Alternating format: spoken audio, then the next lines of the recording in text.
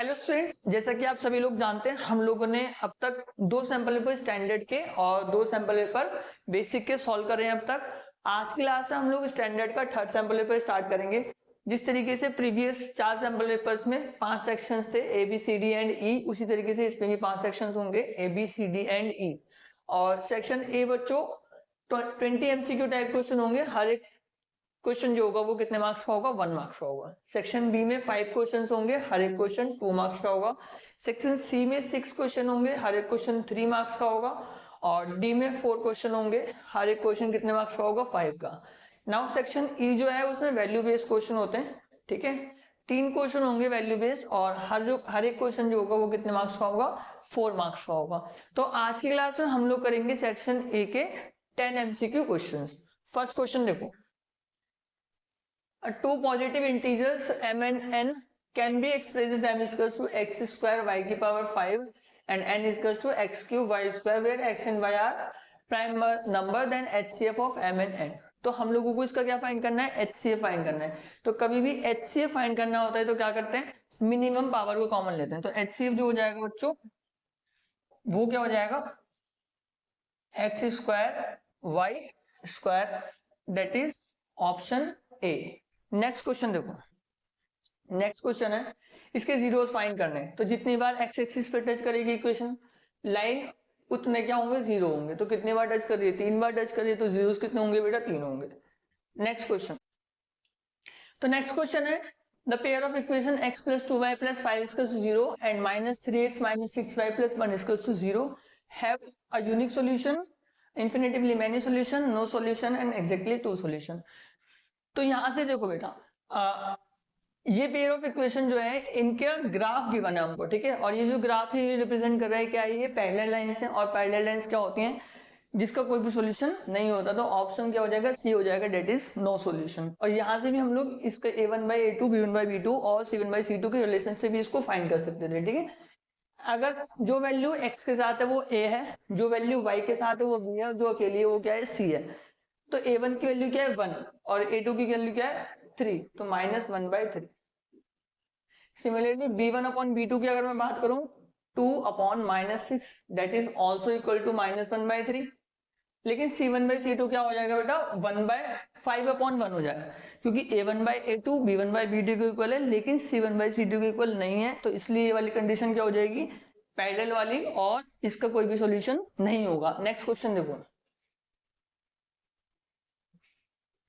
Next question है बच्चों, if 18a b and -3 are in AP then a plus b is equals to. अभी ये series हम लोग को गिवन है नंबर्स की, और ये कैसे है? AP में 18a b और -3, ठीक है। तो यहाँ पर क्या होगा? इन दोनों का डिफरेंस और इन दोनों का डिफरेंस कैसा होगा? इक्वल होगा। यहां से हम लोग फाइंड कर सकते हैं a -18 is equals to -3 b। तो इधर b को ट्रांसपोज कर देंगे, इधर 18 को ट्रांसपोज कर देंगे। तो यहां से मिल जाएगा a plus B equals to -3 plus 18 that is equals to 15, that is option number B. एक बार फिर से देखो, अगर कोई नंबर की सीरीज एपी में होती है तो डिफरेंस जो होता है कॉन्जुगेटिव टर्म्स का वो कैसा होता है? इक्वल होता है। तो यहाँ से मैंने a -18 इक्वल्स टू -3 b लिया और b को ट्रांसपोज करा a की तरफ और 18 को -3 की तरफ, क्योंकि यहाँ पे नेगेटिव नंबर था तो वहां जाके क्या हो गया? पॉजिटिव हो गया। a प्लस बी यहाँ नेगेटिव था तो इधर आके क्या हो गया? पॉजिटिव हो गया। -3 प्लस 18 क्या हो जाएगा? 15। नेक्स्ट क्वेश्चन देखो, नेक्स्ट क्वेश्चन है the point of intersection of X axis and Y axis is called. तो एक्स एक्सिस और वाई एक्सिस का जो इंटरसेक्शन ऑफ पॉइंट होता है उसको क्या बोलते हैं हम लोग? ऑरिजिन बोलते हैं, ठीक है। That is option D. Next question, next है in what ratio does x axis divide a line segment joining a 2, -3 and b 5, 6। तो एक लाइन सेगमेंट है AB, A के कोऑर्डिनेट 2, -3 और B के कोऑर्डिनेट 5, 6 है। हम लोगों को ये बताना है कि x एक्सिस को किस रेशियो में डिवाइड करता है। लेट कर लेते हैं ये C पॉइंट है और x एक्सिस पे बच्चों y की वैल्यू क्या होती है? 0 होती है। तो इसको लेट करते हैं हम लोग k/1 में डिवाइड कर रहे हैं। अभी y का फॉर्मूला होता है my2 plus ny1 upon m plus n। अभी हम m और n क्या है, फर्स्ट वाला m और सेकंड वाला क्या होगा n, x1 x2 y1 y2, y की आइडेंटिटी क्या होती है, y की वैल्यू निकालने के लिए आइडेंटिटी होती है m y2 plus m n y1 upon m plus n।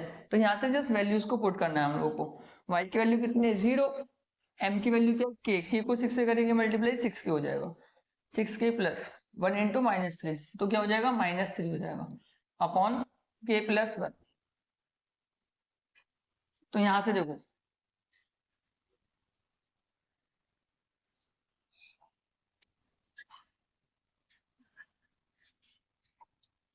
इधर ट्रांसपोज करेंगे 0 हो जाएगा, 6k माइनस 3 इजकल्स टू 0 और 6k की वैल्यू क्या हो जाएगी बच्चों 3 हो जाएगी, 6k की वैल्यू क्या हो जाएगी 3।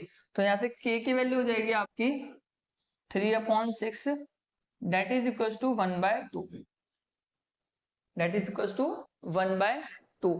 तो यहाँ से k की वैल्यू 1/2 आई। अभी हम लोगों को क्या फाइंड करना है, k रेशियो 1 फाइंड करना है। तो k रेशियो 1 हो जाएगा 1/2 ratio 1 that is equals to 1/2। तो ये किस रेशियो में डिवाइड करेगा इसको 1/2, ऑप्शन ए। एक बार फिर से समझो इसको, ठीक है। एक लाइन सेगमेंट है ए बी जिसकी कोऑर्डिनेट गिवन है हम लोगों को 2, -3 एंड 5, 6। अभी हम लोगों को बताना है कि सी पॉइंट जो कि एक्स एक्सिस पे लाई करता है इसको किस रेशियो में डिवाइड करेगा। एक्स एक्सिस पे जो पॉइंट लाई करता है उसमें y की वैल्यू क्या होती है 0 होती है। तो y का फॉर्मूला लगाया y equal to m y2 plus n y1 upon m plus n, y की वैल्यू क्या आती है 0, 6 इंटू k क्या हो जाएगा 6k और -3 अपॉन k प्लस 1। इधर आया 0, 6k -3 की वैल्यू क्या होगी 0 और 6k की वैल्यू होगी यहाँ से 3। अभी 6 को ट्रांसपोज करा 3 के पास, मल्टीप्लाई में था डिवाइड में चला जाएगा, k इक्वल टू क्या हो गया 3/6 दैट इज इक्वल टू 1/2। अभी k रेशियो 1 निकाला हम लोगों ने 1/2 ratio 1 that is 1/2। Next question देखो, नेक्स्ट क्वेश्चन नंबर 8 है, in triangle ABC if DE is drawn parallel to BC, DE जो है वो बीसी के पैरेलल गिवन है हमको, और AB AC cutting AB and AC at D. Next question देखो, एक ट्राइंगल गिवन है एबीसी जिसमें डीई जो है वो बीसी के पैरेलल है और डी एबी के ऊपर इंटरसेक्ट कर रहा है और एसी के ऊपर कौन कर रहा है ई कर रहा है। तो हम लोगों को फाइंड करना है ए की वैल्यू, और वैल्यू किस किस की गिवन है हमको, एसी की वैल्यू कितनी है बच्चों 6.4 है। नेक्स्ट एडी की वैल्यू है 4.5 और एबी की 7.2 है।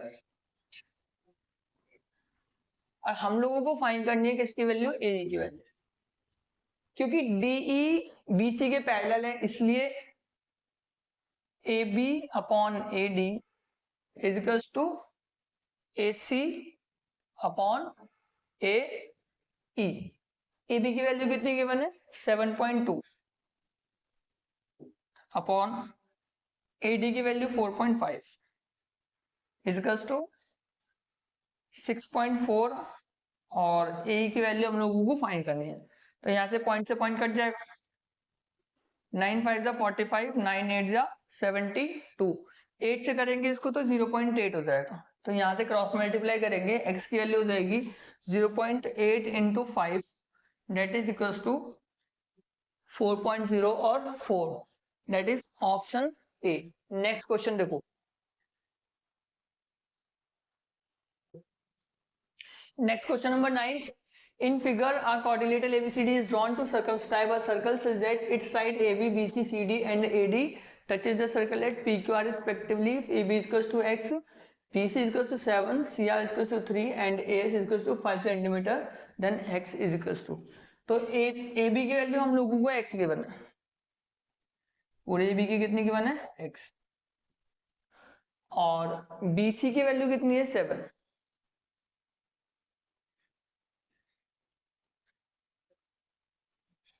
CR की है 3, AS की 5, और हम लोगों को क्या फाइंड करना है x की वैल्यू फाइंड करनी है। अच्छा देखो, length of tangent from common point is always equal, therefore AS और AP इक्वल हो जाएंगे 5 5, और CR और CQ इक्वल हो जाएंगे 3। अभी BC कितना है, पूरा 7 है, ये 3 हुआ तो ये कितना हो जाएगा 4, जो BQ हुआ वही BP होगा 4, तो x की वैल्यू क्या हो जाएगी 5 + 4 that is equal to 9, option number C. एक बार फिर से देखो इसको, एक बार फिर से देखो, AB की वैल्यू कितनी है x है, और BC की 7 है, CR की 3 है, और AS की वैल्यू है 5। तो यहाँ से क्योंकि length of tangent from common point is always equal, therefore AS और AB की वैल्यू क्या हो जाएगी, इक्वल हो जाएगी 5 5। अभी CR और CQ की वैल्यू हो जाएगी 3 3, पूरा 7 है BC, तो 3 7 में से 3 को सब्ट्रैक्ट करेंगे कितना आएगा 4, तो PB की वैल्यू कितनी हो जाएगी बच्चों 4, 4 + 5 कितना हुआ 9, that is option C. Next question देखो, ये लास्ट क्वेश्चन है बेटा, the length of the tangent drawn from a point 8 centimetres away from the centre of the circle of radius 6 centimetres is. अभी एक सर्कल है जिसकी रेडियस 6 सेंटीमीटर है, और एक पॉइंट जो कि उसके सेंटर से 8 सेंटीमीटर की दूरी पर है, ठीक है। हम लोगों को क्या फाइंड करना है, टेंजेंट की लेंथ फाइंड करनी है। अच्छा, tangent is perpendicular to radius, tangent जो होता है वो रेडियस के ऊपर क्या होता है, परपेंडिकुलर होता है, इसलिए जो OAB ट्राइंगल होगा वो राइट एंगल ट्राइंगल होगा, राइट एंगल एट बी। तो यहां से हम लोग पाइथागोरस थ्योरम लगा के इजीली AB की वैल्यू फाइंड कर सकते हैं।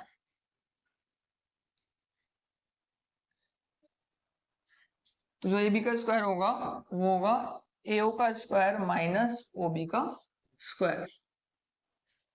अच्छा, AO की वैल्यू कितनी है 64, 8 का स्क्वायर 64 और 6 का 36, तो 64 में से 36 को अगर हम लोग सब्ट्रैक्ट करेंगे तो AB की वैल्यू आ जाएगी √8 हो गया, और